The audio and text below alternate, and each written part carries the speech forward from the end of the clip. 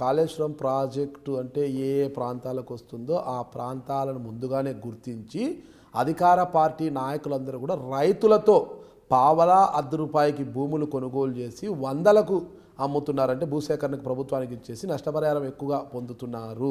అంటే ఇది రైతులకు దక్కాల్సింది ముందుగానే గ్రహించి వాళ్ళని ఏమార్చి వాళ్ళతో పావలా ₹1 కొనుగోలు చేశారు. వీళ్ళేమో కోట్లు సంపాదిస్తున్నారు అనేది మావోయిస్టుల యొక్క వాదన. అది గమనించే రైతులను మీరు మోసం చేశారు బిడ్డ, జాగ్రత్త, ఖబర్దార్ అంటూ ఎవరెవరు ఆ రైతుల్ని మోసగించారనే జాబితా సిద్ధం చేశారు.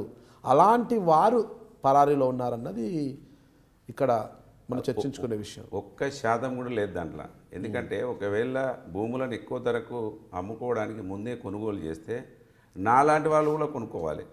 లేకపోతే నాకు సంబంధించిన వాళ్ళు నాయకులు కొనర్లేండి, బినామీలతో కొనిపిస్తారు. బినామీలన్నీ ఉండాలి. అట్లా ఒక్క పేరు కూడా లేదండి, ఒక్క పేరు కూడా లేరు. ఇప్పుడు మీకు అర్థమైపోతుంది మనకు. అరే ఈ రేట్ వచ్చిన తర్వాత ఇప్పుడు మేము మేడిగడ్డ దగ్గర 10 లక్షలు ఇచ్చినాము, కన్నెపల్లి దగ్గర 5.5 లక్షలు ఇచ్చినాము, మా దగ్గర సుందిళ్ళ దగ్గర 8.5 లక్షలు ఇచ్చినాము.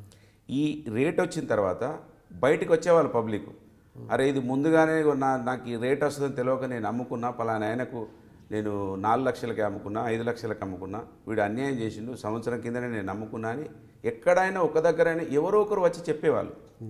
ఇప్పటి వరకు అట్లా చెప్పిన వాళ్ళు ఎక్కడ కూడా లేరు. అట్లా కొనుగోలు 1 ఎకరం కూడా జరగలేదు, 1 ఎకరం కూడా జరగలేదు. ఎందుకంటే ప్రాజెక్టు ఎక్కడ డిజైన్ అవుతుంది, ఎక్కడి నుంచి ఎక్కడి వరకు వస్తుంది అనేది లాస్ట్ వరకు కూడా తెలియదు. ఇప్పటికి కూడా భూసేకరణ జరుగుతూ ఉన్నది. భూసేకరణ గిన్నె ఎకరాలు కానీ కూడా ఎప్పుడు కూడా నిర్ధారణ కాలేదు. ప్రక్రియ కొనసాగుతూనే ఉండేది ప్రతిరోజు. అంటే ఎందుకంటే ఎక్కువ ఫస్ట్ డిజైన్స్ మారినాయి కనుక ఒక దగ్గరనే లేదు, ఇంత తీసుకుంటామనేది ఫస్టే ఎక్కడ కూడా నిర్ధారించబడలేదు. కనుక అసలు 1% కూడా 1 ఎకరం కూడా బినామీగా కొనుగోలు అమ్మకాలు జరగలేదు. 1 ఎకరం కూడా డైరెక్ట్ రైతులతోనే కొనుగోలు చేశారా?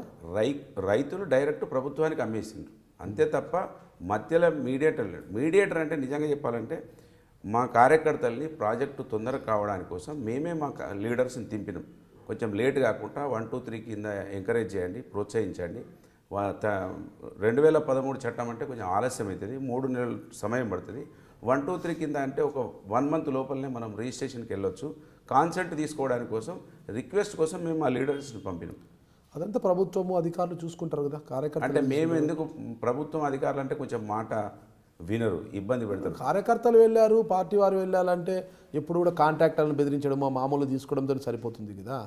ఆ పని సరిగ్గా ఈ పని సరిగ్గా అది ఇది ఉద్యమాలు చేయడం, ఆందోళన చేయడము, కాంట్రాక్టర్ల నుంచి దండుకోవడం సరిపోతుంది. తెలంగాణ రాష్ట్రంలో అసలు రాజకీయ నాయకులు ఇవాళ వాళ్ళ డీజిల్ పైసలు లేని వాళ్ళు చాలామంది ఉన్నారు నిజంగా. అందులో టీఆర్ఎస్ పార్టీ వాళ్ళు ముఖ్యమంత్రి కేసీఆర్ గారి నాయకత్వంలో ఇవాళ రాజకీయ అవినీతి 100% తగ్గిపోయింది. బయట చాలా పెద్ద అవినీతి రహిత పాలన సాగుతుంది అంటారు. 100% మీరు ఎక్కడైనా ఇక్కడ పలానా ఎమ్మెల్యే ఎంటర్ అయ్యి ఇది చేసిండని ఒక్క రుజువు కూడా ఇప్పటివరకు జరగలేదు. డీజిల్ పట్టించుకోలేని పరిస్థితిలో ఉన్నారు. ఏమంటారు? డీజిల్ పట్టించుకోలేని పరిస్థితిలో ఉన్నారు. 100%. అసలు బస్సులో వచ్చారు ఇప్పుడు కరీంనగర్ నుంచి? నేను కారులోనే వచ్చిన. మీరు సంపాదించారేమో కదా. నేను కార్యకర్తలు అన్నా, నాకు 2,70,000 రూపాయల జీతం, నేను డీజిల్ బస్సులో వస్తానా? తెలంగాణ ప్రభుత్వంలో జీతాలు తక్కువ ఉండడం వలన ఎమ్మెల్యే కుర్చీ అక్కడ బస్సులో ఉండేది, ఎమ్మెల్యే, ఎంపీ, వికలాంగులు, స్త్రీలు అని ఉండేది. కానీ వాళ్ళ ఎమ్మెల్యే అక్కడ పేరే తీసేసింది ఆర్టీసీ, ఎందుకంటే ఎమ్మెల్యే ఎక్కే పరిస్థితి లేరు కనుక నేను కారులోనే వచ్చిన. నా జీతం 2,70,000 చిల్లర జీతం కనుక ఎవరు చెప్పినా నమ్మరు కనుక నేను కారులోనే వచ్చిన. కానీ మా కార్యకర్తలు అంటున్నా, నాయకులు అంటున్నా, కింది స్థాయిలో చాలా దీనమైన పరిస్థితులలో ఉన్నది. అంటే నాయకులు సంపాదించుకుంటున్నారు కానీ ఎమ్మెల్యేలు, ఎంపీలు వాళ్ళు సంపాదించుకుంటారు కానీ కార్యకర్తలకు ఏమి ఇవ్వడం లేదు అంటారు. సంపాదనే లేదు అసలు, నాయకులకు లేదు. ఇప్పుడు మనం హైదరాబాద్ కేంద్రంగా భూ మాఫియాలు చూసినాం, ఇతరత్ర మాఫియాలు చూసినాం. ఇక్కడ ఏం మాఫియాలు ఉన్నాయి? కార్డ్స్ ఆడుకునే క్లబ్లను కూడా బంద్ చేశారు కేసీఆర్ గారు. కనుక అవినీతికి ఆస్కారమే లేదు, రాజకీయ అవినీతికి ఆస్కారం లేదు. మీరు ఏ పాయింట్ ఆఫ్ వ్యూలో చూసినా కూడా నేను చెప్పగలుగుతాను. ఆదాయమే లేదు పాపం ఎమ్మెల్యేలకి, ఎక్కడ కూడా అస్సలే లేదు, అస్సలు లేదు. కాళేశ్వర స్వామి ఆలయం ఉంది కదా, ఆ ఆలయానికి శివరాత్రి ఉత్సవాలు ఏమైనా జరుగుతాయి ఇక్కడ? బాగానే జరుగుతాయి కదా. వచ్చారు భక్తులు? బాగానే వచ్చారు. మధ్యన భక్తులు రావడానికి భయపడుతున్నారంటే అక్కడికి? నిన్న కూడా వచ్చారు, భయపడితే ఉండి. ఇంతకుముందు